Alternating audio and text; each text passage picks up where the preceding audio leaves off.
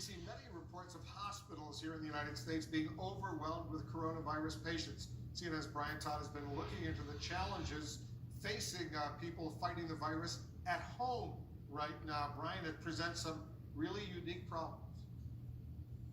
It presents some unique and daunting problems, Wolf. You know, many people fighting the virus at home are doing that alone. And if they lose that battle, there's a chance that no one will know. Kind of like pretty much say. Leonardo Frazier shows CNN the simple-looking device that made all the difference for him. You strap it on your wrist here. It's a finger monitor measuring Frazier's oxygen, heart, and blood. The 54-year-old wore it at home alone while he was battling coronavirus.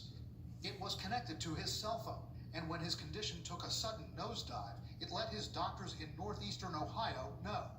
And told me I needed to be in the I needed to come down to the ER immediately. And so that's what I did. Frazier says he felt so incapacitated at home alone that he doesn't know if he'd have had the wherewithal to get himself to the hospital. And this right here saved my life, and that's why I'm here today. But Frazier's is a rare case. He happened to be placed in a pilot program at university hospitals in Ohio, designed to help save the lives of patients who are fighting coronavirus from home, where experts say a victim's condition can plummet in an instant. It's unpredictable. And so some patients will go home and they'll stay well, their lungs will get improved. Others may deteriorate. We don't know who will. And often they deteriorate and die at home with no one knowing. Officials in the hardest hit areas say they're struggling tonight to count those who are isolated with the virus at home. And the numbers of people they believe are dying at home, they say, are staggering.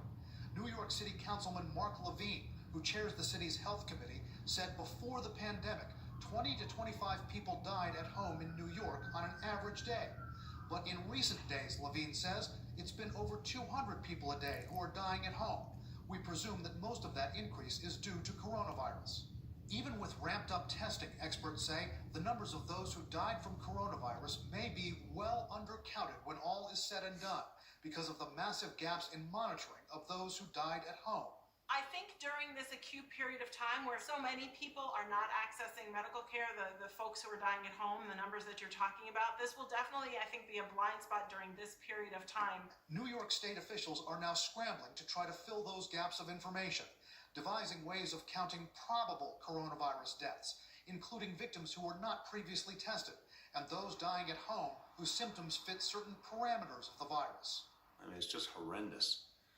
But the numbers speak for themselves. I've been over this with our health colleagues that this used to be a very, very rare thing in New York City.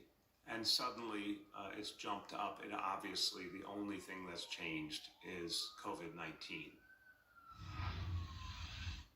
But experts say even with post-mortem testing, getting a truly accurate count of the numbers of people who died from coronavirus at home may be near impossible. One doctor told us there's another category of people who could be included in the count of victims of this pandemic, those who died at home from things like heart attacks, strokes, and other illnesses, who refused to go to the hospital out of fear that they might get coronavirus.